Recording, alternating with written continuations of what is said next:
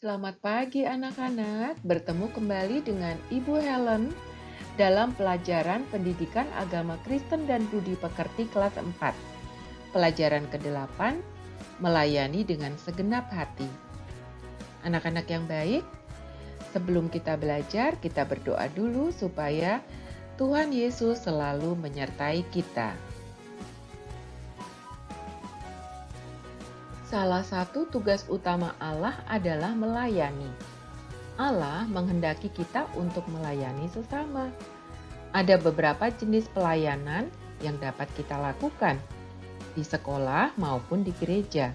Misalnya, membantu guru membagikan lembar kerja siswa, kemudian mengantar teman yang terjatuh ke ruang UKS, menghapus papan tulis, membantu guru membagikan buku, piket, lalu membagikan perlengkapan aktivitas di sekolah minggu, mengisi puji-pujian di ibadah minggu, mengedarkan kantong kolekte pada ibadah, dan sebagainya. Melayani harus kita lakukan dengan segenap hati. Janganlah kita terpaksa. Tahukah kalian membedakan mana sikap melayani dengan segenap hati dan terpaksa? Beberapa aktivitas tentang melayani dengan segenap hati atau terpaksa. Perhatikan dengan seksama pertanyaan panduannya. Tuliskan jawaban kalian di buku.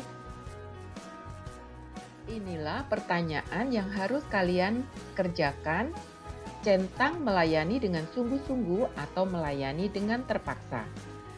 Yang pertama, guru meminta kalian untuk menjelaskan tugas kepada teman kalian yang tidak masuk sekolah karena sakit. Kalian melayani dengan sungguh-sungguh atau dengan terpaksa. Kalian pilih. Lalu tugas yang kedua, petugas kebersihan sekolah minta bantuan untuk menutup keranjang sampah yang ada di depan kelas kalian. Lalu yang ketiga, ibu minta tolong untuk membantu menyuapkan makanan kepada adik kalian yang masih berusia 2 tahun. Yang keempat, kakak kalian lupa membawakan botol air minumnya yang tertinggal di meja tamu. Anak-anak, pilih melayani dengan sungguh-sungguh atau terpaksa. Anak-anak salin di buku kalian, lalu tugasnya selesai diberikan kepada ibu.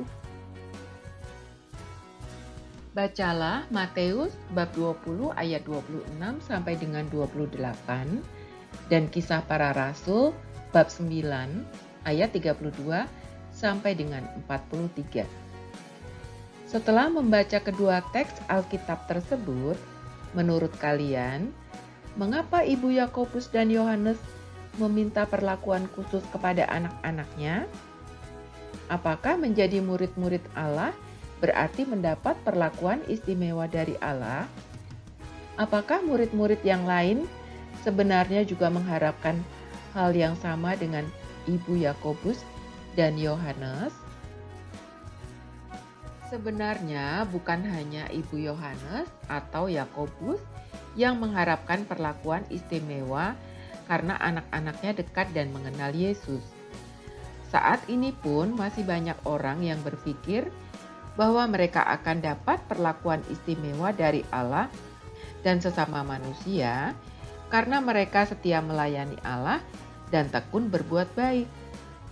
Banyak orang yang rajin melayani karena sebenarnya ingin dihormati, ingin dilayani, dan diperlakukan secara istimewa.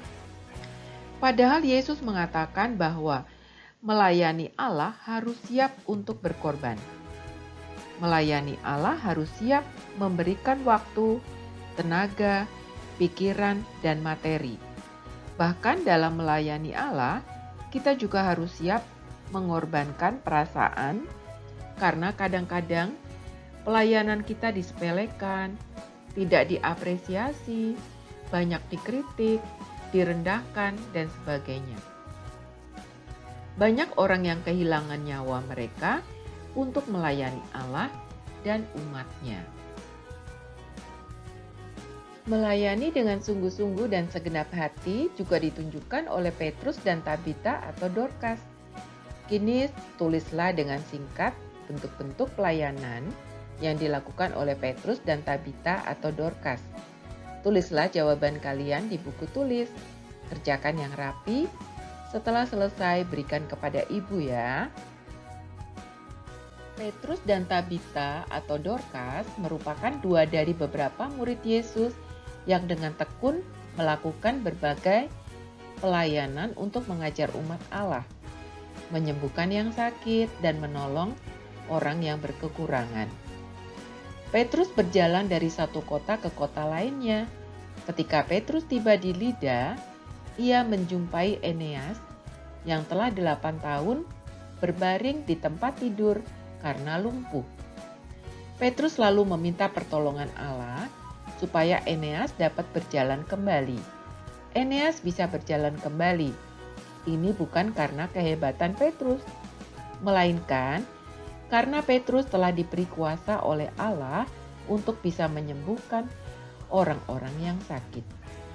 Petrus lalu melanjutkan perjalanannya. Ada seorang murid Yesus yang bernama Tabita atau Dorcas. Ia sedang sakit. Beberapa orang segera menemui Petrus untuk menyembuhkan Tabita atau Dorcas. Petrus tiba di rumah Tabita atau Dorcas. Namun ia telah meninggal. Banyak orang merasa sedih dan kehilangan karena Tabita atau Dorcas sangat baik kepada mereka. Tabita atau Dorcas seringkali berbuat baik dan memberi sedekah kepada yang membutuhkan.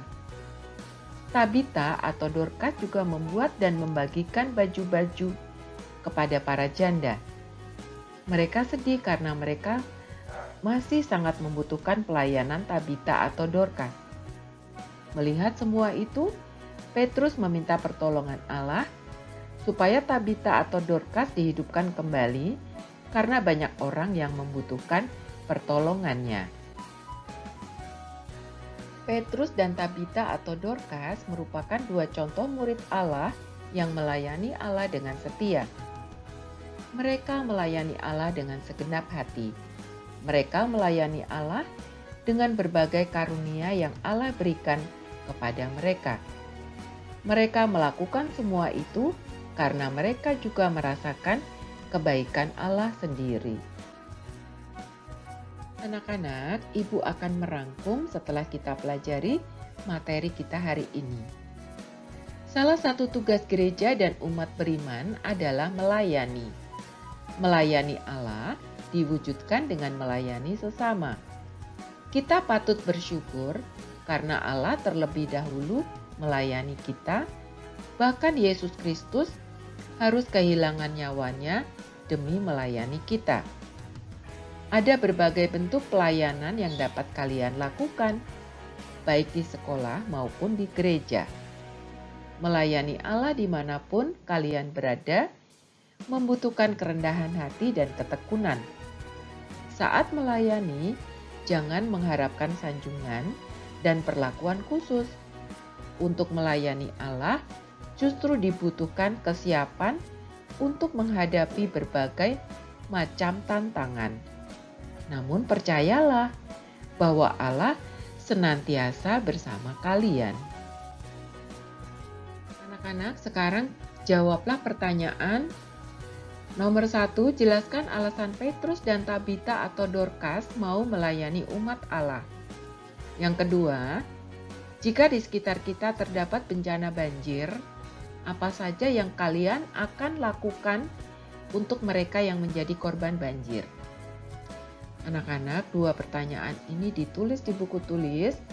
Setelah selesai, berikan kepada ibu. Selamat mengerjakan. Pembelajaran kita sudah selesai.